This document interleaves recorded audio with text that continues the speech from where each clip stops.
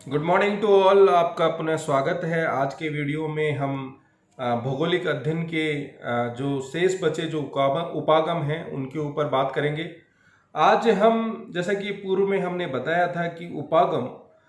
एक उद्देश्य को प्राप्ति के लिए या ये कहें कि एक अध्ययन की प्रविधि है, विधि है, जिसके द्वारा हम किसी भी विषय को समझ सकते हैं, उसमें अनुसंधान कर सकते हैं। इसी कड़ी के अंदर आज हम क्रमबद्ध और प्रादेशिक भूगोल की जो उपागम है उनके ऊपर चर्चा करेंगे। दोनों ही बहुत महत्वपूर्ण हैं और भूगोल के विकास के साथ साथ ही अध्ययन की जो दोनों प्रविधियां जो है समानांतर रूप से चली, लेकिन जब ज्ञान सीमित था, भौगोलिक सूचनाएं सीमित थी, अध्ययन का जो दायरा सीमित था, तो उस समय जो अध्ययन की जो प्रविधि जो थी वो एक सामान्यीकरण की रही या एक जनरल जो अप्रोच होती है उसको हम लेकर चले। यानी अगर भूगोल के विकास में देखें तो क्रमबद्ध या जिसको हम सामान्य भूगोल भी कह देते हैं, एक आदतन विधि है या उपागम है जो भूगोल के अध्ययन के अंदर चली रही। लेकिन ऐसा नहीं है कि क्रमबद्ध की जो उपागम जो है या अवधारणा जो है वो अभी भी विषय को समझने के लिए प्रचलन में है। क्रमबद्ध भूगोल को हम एक तरह से टॉपिकल अप्रोच या टॉपिक्स के ऊपर, यानी एक हर टॉपिक के ऊपर समग्रता से अध्ययन करने की हम यहाँ कोशिश करते हैं। एक सिस्टमेटाइज तरीके से विभिन्न जो ज्योग्राफिकल जो एलिमेंट्स होते हैं, जो तत्व होते हैं, उनका यहाँ इंटीग्रेटेड रूप से अध्ययन करने के ऊपर जोर रहता है। यहाँ प्रत्येक जो भौगोलिक जो तत्वों के जो गुण और विशेषताओं का यहाँ पर विश्लेषण किया जाता है और यहाँ भौगोलिक जो कारक होते हैं उन भौगोलिक कारकों का एक इकाई के रूप में अध्ययन करने की यहाँ कोशिश की जाती है और उस इकाई के अंतर्गत विभिन्न भौगोलिक जो तत्व होते हैं उनके पारस्परिक संबंधों को भी समझने की कोशिश की जाती है। यहाँ भूगोल के तत्वों का पृथक पृथक अध्ययन, जैसे कि मैंने कहा कि एक इकाई के रूप में भी अध्ययन किया जाता है। यहाँ संपूर्ण जो, जैसे हम कहें कि पृथ्वी का अध्ययन अगर हम स्थल मंडल, जल मंडल और वायुमंडल के अंदर एक अलग अलग अध्ययन यदि स्थल मंडल का करते हैं तो वो एक क्रमबद्ध अध्ययन की श्रेणी में या सामान्य भूगोल की श्रेणी में आएगा। लेकिन स्थल मंडल को भी फर्दर हम पर्वतों का अध्ययन, पठारों का अध्ययन, मैदानी क्षेत्रों का अध्ययन, तो एक टॉपिक वाइज जो स्टडी की जो विधि जो होती है वो क्रमबद्ध या सामान्य जो भूगोल होता है उसके अंतर्गत अपनाई जाती है। और इस अध्ययन के उपागम के अंदर कई जो सब डिविजन्स होते हैं, उपमंडल्स होते हैं, उनके अंदर उसका क्लासिफिकेशन करके अध्ययन किया जाता है। यानी यहाँ भौगोलिक तत्वों का एक इकाई के रूप में अध्ययन करने के साथ साथ उस इकाई में विभिन्न तत्वों का एक व्यवस्थित और पारस्परिक संबंध स्थापित करते हुए भी अध्ययन किया जाता है। अब अगर हम बात करें प्रादेशिक भूगोल की या विशिष्ट भूगोल की, तो ये जो भूगोल की अवधारणा जो है, ये जो प्रदेश की जो संकल्पना है, जिससे कि हमने पूर्व में भी आपको बताया कि विभिन्न, जैसे भारत अपने आप में एक पूरा एक राजनीतिक इकाई है, एक पूरा वृहद भौगोलिक प्रदेश है, लेकिन भारत को भी विभिन्न विशेषताओं के आधार पर उसको उप विभाजनों में, यानी प्रदेश वह क्षेत्र होता है जिसके अंदर कुछ इस तरह की समांगताएं या समानताएं पाई जाती हैं जो उसको अपने निकटवर्ती क्षेत्रों से पृथक करती हैं। और पृथ्वी को एक इकाई मानने के स्थान पर, जैसा कि जब क्रमबद्ध भूगोल की बात करते हैं तो वो पृथ्वी को पूरी को एक इकाई के रूप में मानकर उसका अध्ययन करता है। लेकिन यहाँ जब प्रादेशिक भूगोल की हम बात करते हैं तो यहाँ एक इकाई ना मानकर उसको विभिन्न आधारों में या विभिन्न जो प्रदेश होते हैं जिसमें समांगता के आधार पर, वो समांगता जलवायु के आधार पर हो सकती है, वो समांगता उच्चावचों के आधार पर हो सकती है, वो समांगता वहाँ पर की जाने वाली आर्थिक गतिविधियां, औद्योगिक गतिविधियां, कृषि गतिविधियां, उनके आधार पे हो सकती है। तो बहुत सारे जो कारक होते हैं उनके आधार पर प्रदेशों में वर्गीकृत कर उनका अध्ययन किया जाता है। ये जो प्रादेशिक या स्पेशलाइजेशन जो जिसके अंदर देखा जाता है, क्योंकि यहाँ एक वृहद इकाई को छोटी इकाई के अंदर विभिन्न विशेषताओं के आधार पर वर्गीकृत कर उसके अंदर ज़्यादा गहनता से या कहें कि ज़्यादा अनुसंधान पूर्वक अध्ययन करने पर इस प्रादेशिक भूगोल की जो उपागम है उसके अंदर जोर रहता है। इस प्रदेश में जो सूक्ष्म या उसका बारीकी से अध्ययन करने में ये जो अप्रोच है, ये जो उपागम है, सहायक रहता है। यानी रीजन बाय रीजन यहाँ स्टडी की जाती है। स्ट्रैबो ने साफ कहा कि विश्व का जो वृहद भूगोल लिखा था स्ट्रैबो के द्वारा, उसने तात्कालिक जो ज्ञात जो क्षेत्र थे, जो देश थे, जिनको उन्होंने पॉलिटिकल रीजन्स या राजनीतिक इकाई कहा था, का उन्होंने भौगोलिक जो वर्णन प्रस्तुत किया। उसकी जो अप्रोच थी, जो उपागम था, वो प्रादेशिक या विशिष्ट भूगोल के ऊपर आधारित था। इसी तरह के जो विचार थे फ्रेडरिक बुशिंग के द्वारा भी दिए गए 17वीं शताब्दी में, जिन्होंने नवीन प्रादेशिक भूगोल 11 खंडों में लिखा, और गैटर के द्वारा भी राजनीतिक सीमाओं मानव समूह के आधार पर जो यूरोप का जो रीजनल डिवीजन किया, वो भी प्रादेशिक भूगोल को लेकर चलने वाली जो अवधारणा थी उसी से जुड़ा हुआ था। और इसी तरह के जो विचार थे मार्टिन बर्न के द्वारा, या आप रिटर की बात करें तो रिटर ने भी जो रीजनल ज्योग्राफी की जो अप्रोच थी उसको वो लेकर चले। लेकिन हम्बोल्ट का अगर हम बात कर लें, एंजेलो हम्बोल्ट की अगर हम बात करें, तो उनका द्वारा लिखी जो पुस्तक थी कॉस्मोस की बात करें, तो उनका जो अध्ययन पे जो जोर था वो प्रादेशिक भूगोल के ऊपर ना होकर ज़्यादा जोर जो था वो क्रमबद्ध भूगोल के ऊपर रहा। उन्हें समस्त जो पृथ्वी थी उसको एक इकाई के रूप में मानकर विभिन्न जो भौगोलिक जो कारक थे, या भौगोलिक जो कारकों में जो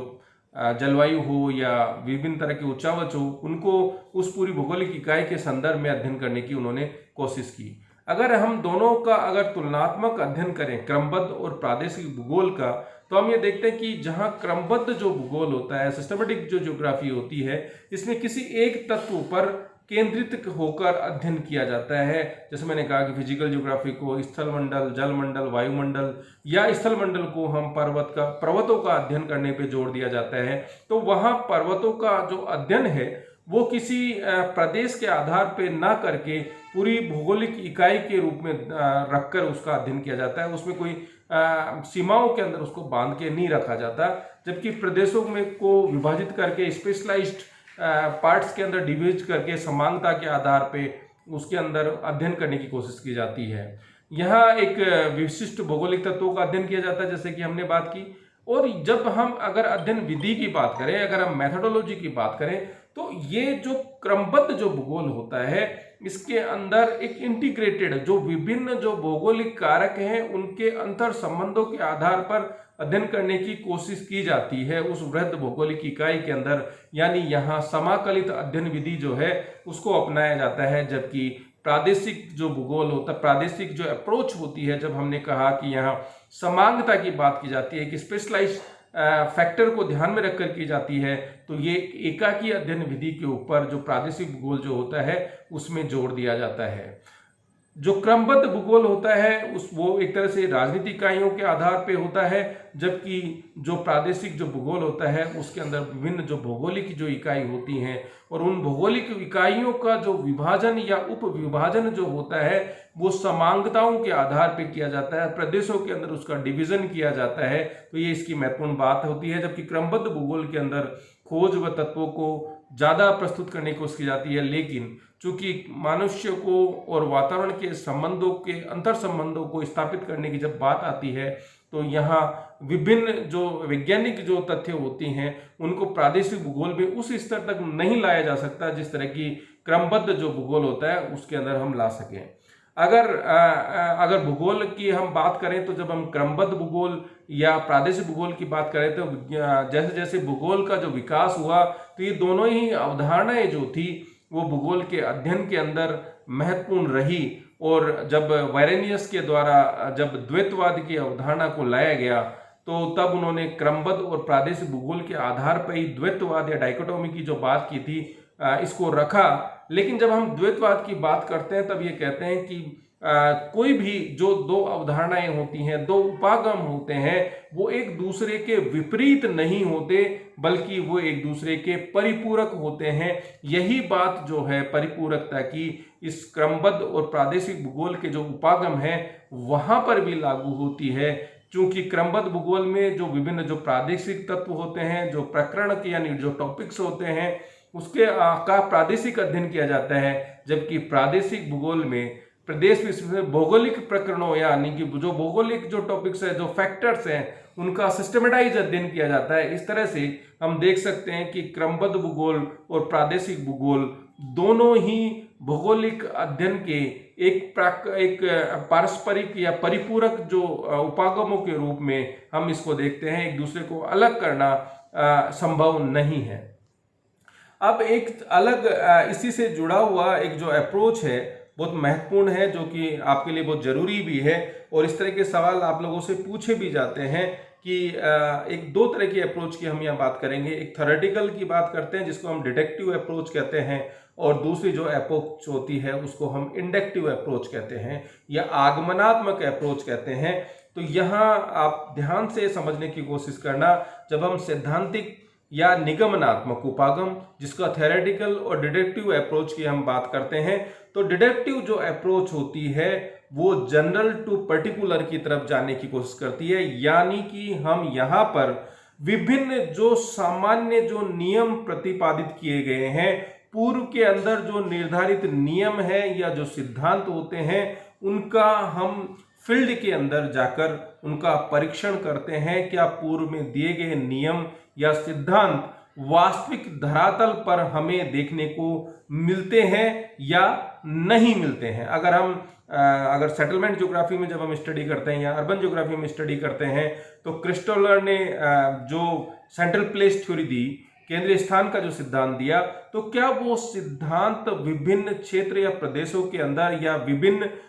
जो सिटी एरियाज हैं वहां पर क्या इस तरह का सेंट्रल प्लेस जो हायरार्की है या पदसोनानी की जो क्रम है वो देखने को मिलता है या नहीं मिलता है। तो ये एक डिडक्टिव अप्रोच यानी जनरल टू पर्टिकुलर, यानी हम उस क्रिस्टोलर के द्वारा सेंट्रल प्लेस थ्योरी अप्रोच को हम फील्ड में जाकर चेक करना चाह रहे हैं क्या वास्तव में वो धरातल पर परिलक्षित होती है या नहीं होती है, या पूर्व निर्धारित जो मान्यताएं हैं, जो सिद्धांत हैं या नियम हैं, वो वास्तविक धरातल पर कितने सही हैं या गलत हैं। यहाँ जब हम डिडक्टिव अप्रोच की जब हम बात करते हैं या निगमनात्मक अप्रोच की बात करते हैं, तो इसमें कुछ मान्य तथ्यों, संकल्पनाओं, सिद्धांतों, नियमों या प्रतिमानों को हम बेस मानते हैं, जैसा कि मैंने क्रिस्टोलर का आपका एग्जांपल दिया, और उनका जो परीक्षण है विधिक प्रकार की जो स्पेसिफिक जो कंडीशंस होते हैं, जब भी किसी भी हम चाहे क्रिस्टोलर की बात करें, चाहे लॉस्ट की बात करें, या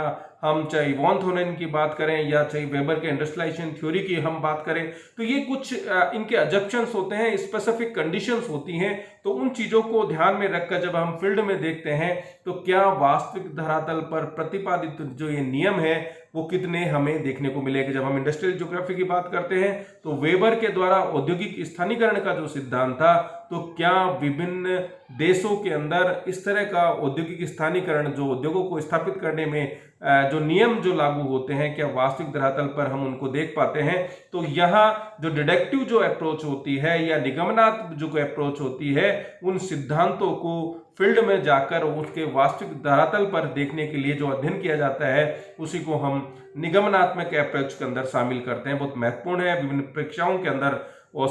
जो वस्तुनिष्ठ जो एग्जाम होते हैं वहां भी पूछा जाता है। और जब आप कोई रिसर्च वर्क करते हैं तो ये इंडक्टिव और डिडक्टिव अप्रोच बहुत महत्वपूर्ण होती हैं अनुसंधान के दृष्टिकोण से, क्योंकि जब आपको सिनॉप्सिस रखते हैं तो आप जब आपका हाइपोथेसिस बनाते हैं तो उस हाइपोथेसिस को भी जब आप रखते हो तो उसके अंदर आपकी ये जो डिडक्टिव जो अप्रोच होती है, जो पूर्व की जो मान्यताएं हैं, जो नियम हैं, उनको आप लेकर चलते हैं और उनको वास्तविक धरातल पर देखने की कोशिश करते हैं। दूसरा जो सिद्धांत है, अगर यहाँ हम इसको अगर डिफाइन करने की जब हम बात करते हैं तो डिडक्टिव जो approach is in geographical research is deductive approach requires the research to work from general to specific, यानी हम सामान्य नियम लेके चलते हैं, लेकिन उन सामान्य नियमों को जब धरातल पर देखकर उसमें कुछ संशोधन भी किया जा सकता है कि वास्तविक धरातल पर उनमें क्या कमियां थी और ये वास्तविक हमें देखने को मिली। तो एक स्पेशलाइज्ड चीज, यानी आप उसमें परिवर्तन या उसमें परिवर्धन करके उसको स्पेशलाइज्ड चीजों की तरफ लेके जाता था। Study of the specific phenomena is done in relation to general established laws and theories। जो पूर्व के अंदर जो सामान्य नियम है और सिद्धांत हैं उनको वास्तविक धरातल पर देखकर या उस स्पेसिफिक स्थितियों में देखकर आप उसको एक नियमों का निर्माण करने की तरफ बढ़ते हैं। अब हम बात करते हैं अनुभविक या आगमनात्मक उपागम की, बहुत महत्वपूर्ण है। और जब आप कोई भी रिसर्च करते हैं, कोई भी आप फील्ड में जाकर चीजें देखते हैं, आपसे कहा जाए कि ग्रामीण क्षेत्रों के अंदर महिलाओं की स्थिति क्या है और आप जाकर फील्ड में डोर टू डोर आप जब सर्वे करते हैं, यानी आप फिजिकली जाकर चीजों को चेक करते हैं, डेटा कलेक्ट करते हैं, या कहें कि जो प्राइमरी जो डेटा होते हैं, जो आपके खुद के ऑब्जर्वेशन के आधार पर आप चीजें करते हैं। जैसे आप चाहे किसी भी स्टैंडर्ड में पढ़ रहे हैं, आप प्रैक्टिकल्स करते हैं, चाहे आप चेन टेप सर्वे करें या प्लेन टेबल सर्वे करें या आप थियोडोलाइट सर्वे करें, तो आप फील्ड में जाकर आपने जो भी एरिया चूज किया है, उसको जो आपने ड्रॉ किया है, जिसको आपने प्लॉटिंग की है, तो वो आपका एक तरह से आपके द्वारा फील्ड में जाके प्रत्यक्ष रूप से एक एक्सपेरिमेंट है जो आपने वहां किया है, तो उसी को हम अनुभविक या एम्पेरिकल, यानी आप खुद जाकर फील्ड में देखिए कि वास्तविक धरातल पर चीजें किस तरह की हैं, उसी को हम इंडक्टिव अप्रोच कहते हैं। एक तरह से ये जो इंडक्टिव जो अप्रोच होती है वो रीजनल अप्रोच के ज्यादा नजदीक होती है, जबकि जो डिडक्टिव जो अप्रोच होती है वो एक सिस्टमेटिक या जनरल जो अप्रोच होती है उसकी तरफ जाती है। तो यहाँ जब हम अनुभविक अध्ययन यानी अनुभव करना, और अनुभव आप कब करोगे, जब आप खुद फिजिकली वहां आप प्रेजेंट होते हो तो आप उसको महसूस करते हो। तो जब इंडक्टिव अप्रोच की हम बात करते हैं, एम्पेरिकल स्टडी की हम बात करते हैं, तो इसमें किसी प्रदेश के विभिन्न क्षेत्रों का व्यक्तिगत इंडिविजुअल आप जाकर ऑब्जर्वेशन करते हैं, पर्यवेक्षण करते हैं, अनुभविक अध्ययन करते हैं, और उसके बाद जब आपको निष्कर्ष निकालते हैं तो उसी को हम इंडक्टिव, यानी आप यहाँ स्पेशलाइजेशन की तरफ बढ़ते हैं। यहाँ संश्लेषण या एनालिसिस की जो है वो ज्यादा जोर रहता है, क्षेत्र अध्ययन को ज्यादा महत्वपूर्ण माना जाता है। इस अनुभविक अध्ययन के अंदर रिसर्चर्स जब आप फील्ड में जाके खुद अध्ययन करते हैं, वही आपका एम्पेरिकल या इंडक्टिव जो अप्रोच होती है। यहाँ स्पेशलाइजेशन से हम जनरलाइजेशन की तरफ जाते हैं। जब आपसे कोई कहे कि इंडक्टिव अप्रोच क्या है, तो ये स्पेशलाइजेशन टू जनरलाइजेशन, और डिडक्टिव अप्रोच क्या है कि जनरलाइजेशन से स्पेशलाइजेशन की तरफ हम जाने की कोशिश करते हैं। अब यहाँ जब इसको डिफाइन करने की बात आती है, तो inductive approach involves beginning with the set of empirical observation, यानी आप खुद जाके चीजों को देख रहे हैं, seeking pattern in those the observation, आप खुद चीजों को महसूस करते हैं, and then theorized about those patterns, और उसके बाद आप कोई सिद्धांत, कोई नियम आप जब प्रतिपादित करते हैं तो उसी को हम इंडक्टिव अप्रोच कहते हैं। अगर हम दोनों अप्रोचों को देखें तो यहाँ भी डाइकोटोमी या द्वैतवाद की स्थिति हमें देखने को मिलेगी। हमने एग्जाम्पल दिया सेंट्रल प्लेस थ्योरी क्रिस्टोलर का, कि एक सामान्य नियम उन्होंने प्रतिपादित किया, और विभिन्न जो रिसर्चर्स जो होते हैं वो फील्ड में जाकर उसकी स्टडी करते हैं। लेकिन जब फर्स्ट टाइम जब इसको चीज को स्टडी क्रिस्टोलर के द्वारा किया गया, जर्मनी के अंदर जब उन चीजों को अध्ययन उन्होंने प्रैक्टिकली किया, तो उनके द्वारा जो अप्रोच जो अपनाई गई वो इंडक्टिव अप्रोच थी, एम्पेरिकल स्टडी थी। उनके खुद के अनुभविक अध्ययनों के आधार पर उन्होंने एक सिद्धांत का प्रतिपादन किया। तो उस स्थिति में आप जब कर रहे हो, उसको बेस बनाते हो, तब वो आपके लिए एक जनरल अप्रोच हो सकती है। उसके बाद आप स्पेशलाइजेशन की तरफ जाते हैं। लेकिन जब स्वयं क्रिस्टोलर अध्ययन कर रहे हैं तो उन्होंने फील्ड में जाकर एम्पेरिकल स्टडी करी, और उनके आधार पर उन्होंने एक सामान्य नियम का प्रतिपादन किया, यानी स्पेशलाइजेशन टू जनरलाइजेशन की तरफ वो गए। अगर दोनों में अंतर की अगर हम बात करें तो रिसर्च, एक तरह से रिसर्च मेथोडोलॉजी के अंदर आते हैं, तो हम जब बताया कि जो deductive approach is aimed and testing theories, जो थ्योरीज या सिद्धांत या जो संकल्पनाएं जो दी गई थी, जो नियम दिए गए थे, उनको आप चेक करते हैं, टेस्ट करते हैं। जबकि inductive approach is concern with the generation of new theory emerging, यानी आपके द्वारा जो भी आंकड़े तथ्य इकट्ठे किए गए हैं उनके आधार पर जब आपके द्वारा कोई जनरलाइज, जब कोई निष्कर्ष निकाला जाता है और एक नई थ्योरी दी जाती है, तो उसको हम इंडक्टिव अप्रोच के अंतर्गत शामिल करते हैं। तो ये दोनों ही जो अप्रोच हैं आपको भूगोल के अंदर भूगोल को समझने में, भूगोल के अध्ययन में बहुत महत्वपूर्ण है। और ये दोनों ही जो इंडक्टिव और डिडक्टिव या आगमनात्मक और निगमनात्मक जो अप्रोचेज हैं वो आपके सिस्टमेटिक जो अप्रोच और रीजनल जो अप्रोच होती हैं उसी से जुड़ी हुई हैं, क्योंकि जो इंडक्टिव जो अप्रोच होती है वो आपके सिस्टमेटिक ज्योग्राफी के साथ चलती है, जबकि जो आपकी जो इंडक्टिव जो अप्रोच होती है वो रीजनल जो अप्रोच होती है उसके साथ चलती है, जबकि डिडक्टिव जो अप्रोच होती है वो आपके जो सिस्टमेटिक या जनरल जो ज्योग्राफी होती है उसके साथ चलती है। निश्चित रूप से आपको आज सिस्टमेटिक ज्योग्राफी और रीजनल ज्योग्राफी के कुछ कॉन्सेप्ट समझ में आए होंगे। हमने जो इनका जो डेवलपमेंट था उसके ऊपर हमने ज़्यादा बात नहीं करी। जैसे मैंने आपसे कहा कि चाहे वो अलेक्जेंडर हम्बोल्ट हो, रेडजेल हो, रीटर हो, हैटनर हो, तो विभिन्न जो भी ज्योग्राफर्स रहे वो अलग अलग अप्रोच को लेकर चले, लेकिन कहीं न कहीं जब ये आप अप्रोच को जब बात करते हैं तो हम्बोल्ट की मैं बात करूं चाहे हैटनर की हम बात करूं, तो कहीं न कहीं ये